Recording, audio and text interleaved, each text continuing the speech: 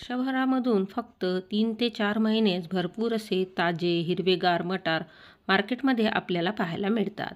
पण हे असे मटार वर्षभरसुद्धा मिळतात बरं का, पण ते अतिशय महाग मिळतात. आज आपण हे जेव्हा थंडीमध्ये बऱ्याचशा स्वस्त प्रमाणामध्ये मटार मिळतात त्याच वेळेस घरच्या घरी फ्रोझन कसे करू शकतो. कारण विकत आणलेल्या मटारला रंग लावण्याची शक्यता असते किंवा यामध्ये प्रिझर्वेटिव्हचा वापर केलेला असतो. पण आज आपण कुठल्याही प्रिझर्वेटिव्ह न वापरता वर्षभरासाठी हे मटार कसे साठवून ठेवायचे, याचा रंग, चव, टेक्स्चर काहीही बदलायला नको. बरं, यावर भरपूर बर्फ साठायला नको. याकरता आपण काय काळजी घेतली पाहिजे, हे मटार कसे साठवायचे, अजिबात न उकडता सुद्धा साध्या सोप्या पद्धतीने हे मटार आपण कसे साठवायचे हे पाहणार आहोत. इथे आपण उन्हाचा किंवा गॅसचा वापर न करता हे मटार छान व्यवस्थित पद्धतीने स्टोअर करणार आहोत. तर चला व्हिडिओला सुरुवात करूया. सर्वप्रथम व्हिडिओमध्ये तुमचे स्वागत आहे. नमस्कार, मी गृहिणी अनु या चॅनलवर आपले स्वागत आहे. तुम्ही नवीन नवीन रेसिपी बघण्यासाठी या चॅनलला नक्की सबस्क्राईब करा. सर्वप्रथम मी मार्केटमधून असे छान हिरवेगार ताजे मटार आणलेले आहेत. हे 1.5 किलोच्या प्रमाणामध्ये मटार आहेत. हे मटार छान स्वच्छ करून घेतलेले आहे. यामधील जाड जाड दाणे एकत्र एका बाजूला ठेवलेले आहे आणि बारीक दाणे एका बाजूला काढून ठेवलेले आहेत. तुम्ही बघू शकता हे सर्व एकसारखे असे दाणे आहेत. आपल्याला प्रिझर्वेटिव्ह करायसाठी किंवा फ्रोझन मटार बनवण्यासाठी या प्रकारचेच आपल्याला मटार हवे आहेत. हे मटार छान भारी आहेत कारण की हे सर्व जाड मटार आहेत आणि हे एका बाजूला मी यातील काढून ठेवलेले मटार आहेत. हे बारीक मटार आहेत कारण की यामध्ये जाड बारीक दोन्हीही आहेत, पण जास्तीत जास्त बारीक प्रमाणातच मटार मी यामधून काढून ठेवलेले आहेत. हे संपूर्ण निसून आपल्याला घ्यायचे आहेत आणि एका बाजूला हे मटार करून घ्यायचे आहेत. जाड मटार आपण फ्रोझन करू शकतो, पण हे बारीक जे मटार आहेत ते खराब होऊन जातात किंवा दुसऱ्याही मटारला ते खराब करतात.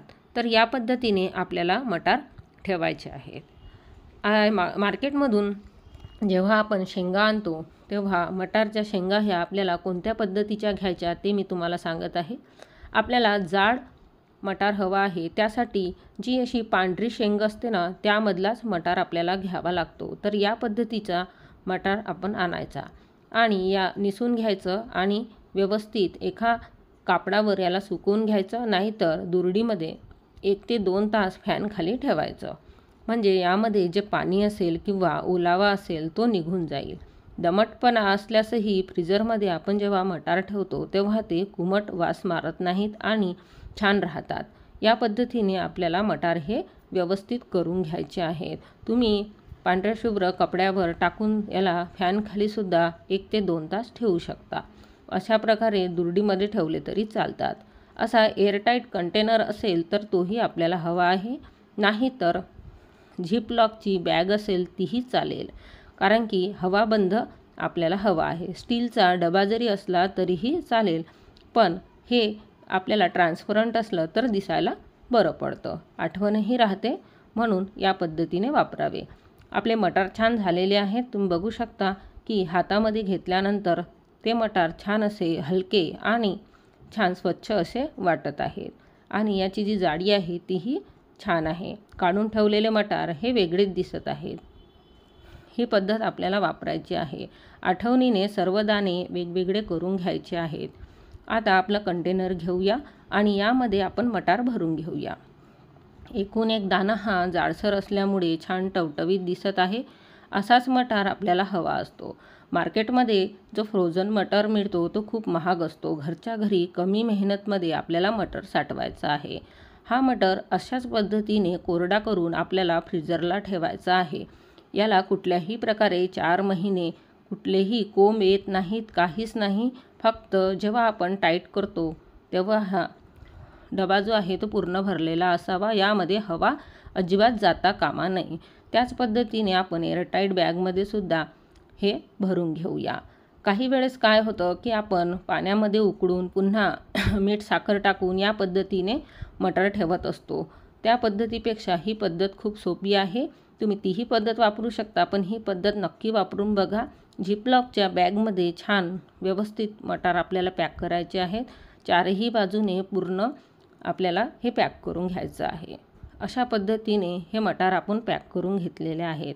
तर ही जी पद्धत आहे ही एकदम सोपी आहे. कुठल्याही प्रकारे आपल्याला उकडायचं काम नाही, उन्हात ठेवायचं काम नाही. फक्त छान व्यवस्थित निसून आणि कोरडे करून आपल्याला हे घ्यायचे आहे. 4 ते 5 महिने हे मटार आरामात टिकतात. आता मी तुम्हाला पुढे मटार दाखवणारच आहे. ही पद्धत तर तुम्हाला आवडली असेल तर नक्कीच मला सांगा. या अगोदर मी जेव्हा मटार आले होते तेव्हाच एक वेळा फ्रीजरला करून ठेवले होते, तर तुम्हाला दाखवत आहे. हे बघा, या पद्धतीने छान मोकळे मोकळे आपले मटार छान आहेत. याला कुठल्याही प्रकारे कोंब वगैरे आलेला नाही. छान असे व्यवस्थित फ्रोझन हे मटार आहेत. हे तुम्ही मुलांना किंवा कुठल्याही भाजीमध्ये, मॅगीमध्ये किंवा उपम्यामध्ये, पोह्यामध्ये, कधीही कुठेही कोणत्याही रेसिपीमध्ये वापरू शकता. तुम्ही प्रवासामध्ये काही रेसिपीज बनवून नेता त्यामध्ये सुद्धा ह्या वापरू शकता. मार्केटमधून फ्रोझन मटर आणल्यापेक्षा हे मटर अतिशय उत्तम आहेत. चला तर मग तुम्ही नक्की बनवा आणि व्हिडिओ आवडल्यास लाईक करा. याच पद्धतीने आता पुढे मटर साठवा आणि छान 4 ते 5 महिने मटर नक्की ठेवा. व्हिडिओ आवडल्यास नक्की तुमच्या मैत्रिणींसोबत शेअर करा. धन्यवाद.